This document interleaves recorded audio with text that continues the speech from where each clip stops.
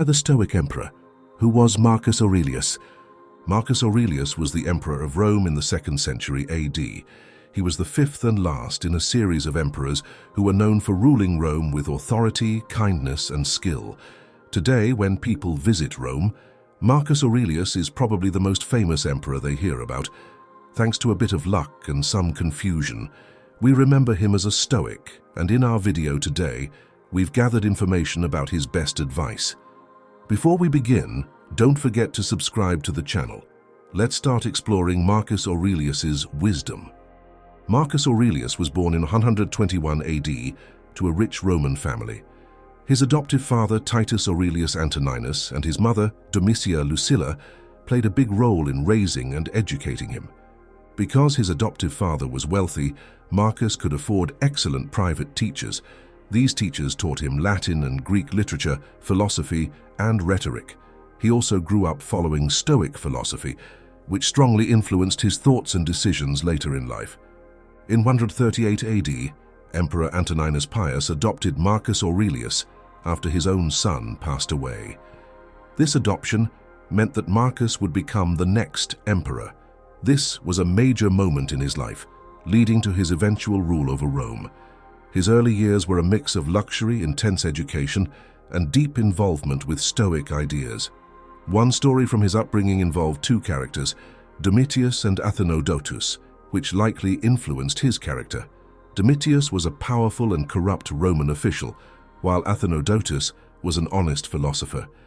When Domitius was put on trial for his wrongdoings, Athenodotus, despite pressure to be lenient due to Domitius's status, stuck to his principles and found him guilty. This was unusual during that time, as corruption often led to injustice. The teachings of Marcus Aurelius in his work Meditations revolve around the practice of Stoic philosophy. This philosophy emphasizes the importance of virtue in leading a fulfilling life and encourages acceptance of the world, nature, the universe, and the inevitability of change. Marcus Aurelius believed in being open about personal growth and wisdom. He thought that the only secrets worth keeping were state secrets, and personal development should be shared openly. Even though Meditations started as a private journal, it is now available in almost every modern library, offering insights into Marcus Aurelius's personal connection to Stoic philosophy. In the pages of Meditations, written in a straightforward manner, Marcus Aurelius emphasizes a few key principles of Stoicism. One of these principles is the acceptance of fate, stressing the importance of accepting whatever life brings and recognizing it as part of a greater plan beyond individual control. Another important idea is the focus on what can be controlled. Marcus Aurelius distinguishes between things within our control, such as our thoughts, actions, and reactions, and those beyond our control, like external events and the actions of others. He advises directing our energy towards what we can control, fostering an internal locus of control. Additionally, Marcus Aurelius promotes the concept of universal reason and brotherhood. He sees humanity as unified in reason and spirit, and encourages compassion and understanding for others. This fosters a sense of brotherhood among all people. Marcus Aurelius, like Seneca and Epictetus, believed in the profound importance of cultivating virtues, such as courage, temperance, and wisdom. According to him, justice stands as the cornerstone, the essential foundation of all virtues.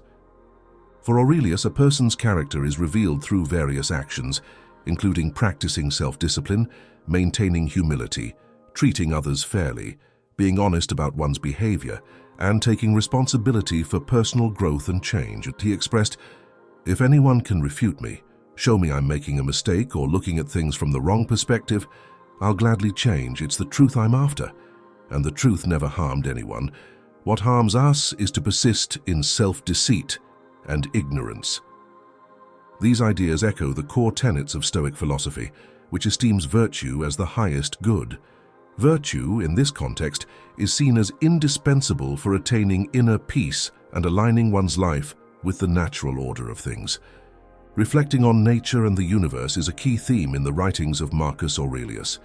In his work, Meditations, he often talks about the importance of acknowledging a higher power and aligning our actions with the natural order of the universe. He advises approaching life with a calm and logical mindset, guided by reason. Aurelius strongly believed in the interconnectedness of everything in the universe, emphasizing that humans are integral parts of a larger natural system that includes both the diverse elements around us and the singular overarching force. Meditations offer down-to-earth advice for living a good and fulfilling life. It covers simple things like sharpening your awareness, focusing on what really matters, seeking practical wisdom, and following Stoic principles. To put Marcus Aurelius's ideas into action every day, you can practice Stoic virtues. View daily situations as chances to be virtuous.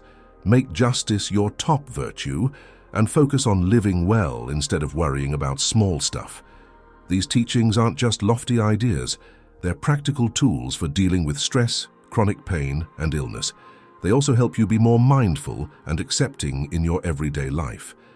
So, by adopting these down-to-earth practices, you're not just improving your life, you're also building a toolkit for facing life's challenges with resilience and grace. As we are in the hallway there, make sure you sign up for Stoic Legion and turn on notifications. This way you'll know about our newest Stoic lessons. The book Meditations has had a profound impact on the lives of important historical figures, philosophers, and statesmen such as Seneca, Epictetus, and Zeno of Citium. Marcus Aurelius, the author, is considered essential reading for statesmen and philosophers, offering timeless wisdom and practical guidance. The themes explored in the book include the value of rationality and will, tolerating others' imperfections instead of focusing on how they express themselves, taking responsibility for the brevity of life, and navigating the complexities of life with a sense of purpose. These ideas have motivated and influenced philosophers and individuals seeking direction in both their personal and professional lives. Over the years, various translations and interpretations of Meditations have been created by different translators, including Gregory Hayes, Maxwell Staniforth, and A.S.L. Farquharson. Each translation offers a unique perspective and nuanced understanding of Marcus Aurelius' philosophy, contributing to a richer exploration of his teachings. Gregory Hayes, in his translation, brings a contemporary touch to the ancient text, making it accessible to modern readers. Maxwell Staniforth's interpretation captures the essence of Stoic philosophy, emphasizing the practical applications of Aurelius's insights. A.S.L. Farquharson's translation, on the other hand, provides a scholarly perspective, delving into the historical and linguistic nuances of the original work. Here are 3 Stoic exercises from Marcus Aurelius that can help guide us in leading a virtuous life. 1. Practice virtue. Sometimes we feel sorry for ourselves, thinking we lack certain talents that others effortlessly possess. Marcus Aurelius advises us to stop this self-pity. Instead, concentrate on the virtues within us, our ability for good actions. He reminds us to recognize our potential for virtuous behavior. Marcus Aurelius wisely said, "No one could ever accuse you of being quick-witted. All right, but there are plenty of other things you can't claim you haven't got in you." Practice the virtues you can show: honesty, gravity, endurance, austerity, resignation, abstinence, patience, sincerity, moderation, seriousness, high-mindedness. Don't you see how much you have to offer, beyond excuses like "can't," and yet you still settle for less? 2. Get support from others.